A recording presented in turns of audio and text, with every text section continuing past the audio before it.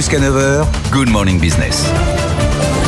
Et à 7h44, un patron qui va bien. Mais en fait, ils sont nombreux. Tous les jours, on a des patrons qui vont bien. L'économie va moyen. Mais alors, finalement, il y a beaucoup de secteurs qui s'en sortent très bien, comme la restauration.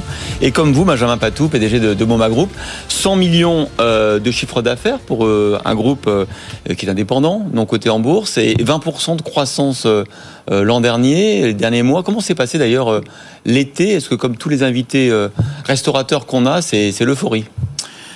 L'euphorie, je ne sais pas, mais en tout cas, c'est vrai qu'il y a eu un net rebond avec des comportements, je pense, de rattrapage par rapport aux 2 ans de Covid. De lâcher prise ? De lâcher prise aussi. Je pense que tout simplement, les gens et tout le monde, on s'est rendu compte que pendant 2 ans, à quel point on était attaché à notre besoin de liberté, de sortir, de sociabiliser. Et donc aujourd'hui, je pense qu'on bénéficie encore, tout le secteur, de cette envie des gens. Surtout que comme on nous annonce en permanence l'apocalypse on en profite, qui doit arriver tous les matins, on se dit, on en profite avant de tout ce qui peut se passer. Vous avez fêté vos 10 ans, c'était lundi, vous avez fait une grande fête. Vous avez 22 restaurants avec des thèmes assez différents, des expériences très particulières, même des spectacles, etc. C'est ça aujourd'hui qu'on veut. On ne veut pas juste aller au restaurant, on veut aller dans un endroit spécial avec un spectacle spécial. Pas forcément un endroit avec un spectacle, mais c'est vrai que... Le lieu lui-même peut être un spectacle. Je pense que nous, notre concept depuis le départ, c'est de faire en sorte que aller au restaurant soit en soi un événement, et soit un moment particulier dans son arbitrage en fait de temps de loisirs et de divertissement.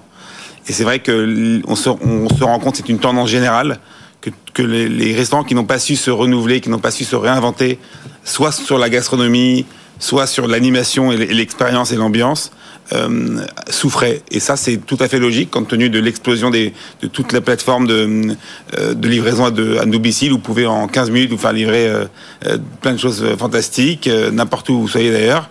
Donc c'est vrai que le restaurant devient un lieu de vie, encore plus qu'avant, et on ne va plus au restaurant que seulement pour...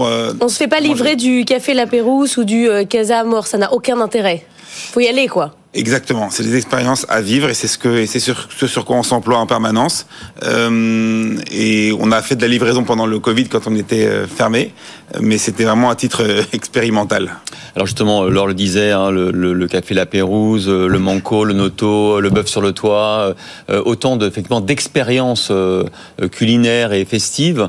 Comment on fait d'ailleurs pour ouvrir autant d'établissements ? Moi, je suis toujours curieux de savoir qui sont les investisseurs. Alors j'ai vu qu'il y avait notamment Patrick Briel, Eric Citruc, mais qui investit aujourd'hui dans la restauration ? Comment vous constituez un tour de table ? Est-ce que le tour de table est différent pour chaque projet, pour chaque restaurant ? Alors, c'est 2 questions différentes. Il faut savoir, si on prend un peu de recul, que le métier de la restauration, pendant des années, il n'y a pas si longtemps, c'était un métier qui était plutôt mal vu du point de vue des banques et des investissements.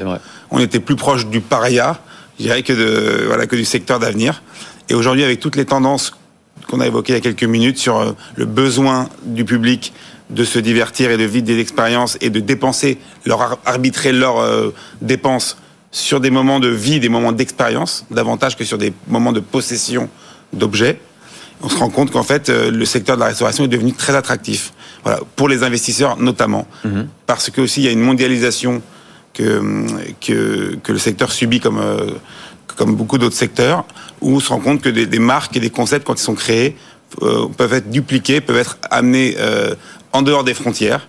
Il y a déjà des grands succès de groupes internationaux. Le Manco, vous l'avez mis à Doha, par exemple ? Le Manco, on l'a mis à Doha. On ouvre à Athènes en mars prochain. On a un certain programme de développement international de toutes nos marques. C'est justement les 10 ans. Aujourd'hui, ça acte la décennie passée. Et le futur et l'avenir maintenant, pour nous, c'est le développement international de nos marques et de nos concepts. Ça veut dire que les investisseurs, ils sont en fait, ça peut être n'importe quel type de fonds, n'importe quel type d'investisseur ?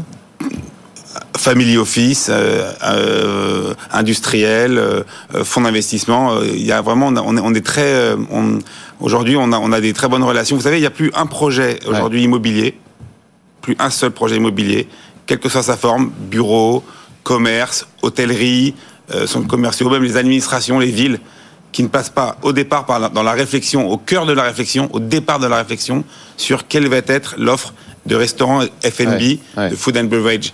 C'est devenu un argument de vente pour pouvoir aujourd'hui vendre des appartements à 10 000 euros du mètre carré, pour pouvoir remplir des chambres d'hôtel, pour pouvoir commercialiser des espaces dans les centres commerciaux. L'argument de vente, c'est quelle restauration on a, quelle marque on a, et c'est ça, on est devenu, entre guillemets, une sorte de locomotive et d'attractivité. Et quelle star ? Ça a vraiment changé, parce qu'avant, c'était un mal nécessaire, la restauration. Et aujourd'hui, on est passé quelque part du problème à la solution. Et c'est fondamental d'amener des stars aussi, parce que vous avez Patrick Bruel au capital d'un des restaurants, mais est-ce que ça aussi, ça sert à redonner justement un côté paillette à la restauration et à convaincre les investisseurs ? Non, je sais pas, je qualifierais, je dirais pas les choses comme ça. Patrick, avant d'être, c'est une star, oui, mais c'est un entrepreneur surtout. Ouais. C'est lui qui a vu le filon. C'est un homme d'affaires, c'est quelqu'un qui est très très avisé, qui est très intéressé par l'entrepreneuriat. Et voilà, on a commencé dans 2 restaurants ensemble, le Bœuf sur le Toit et Andia.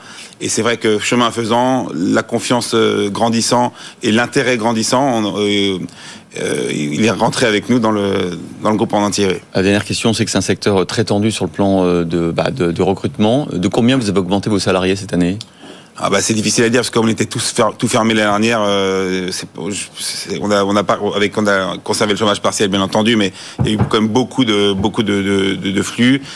Aujourd'hui, on est à plus de 1000 collaborateurs. Oui. Je pense qu'on était à 700 en normatif. Si tout devait être ouvert, donc peut-être 30%. Je parlais des rémunérations. Des rémunérations. 7, 8, 10%. J'ai pas les chiffres exacts, mais oui, c'est de l'ordre de 10 à 15%. Ah oui, 10 à 15%. Et surtout, les nouveaux collaborateurs qui arrivent, qu'on doit débaucher, qui viennent nouveaux, ceux-là, ils ont des grilles ils ont des attentes de rémunération qui sont bien supérieures à ce qui était il y a encore 2 ans. Ouais, et vous êtes obligé de céder, enfin de répondre à la demande.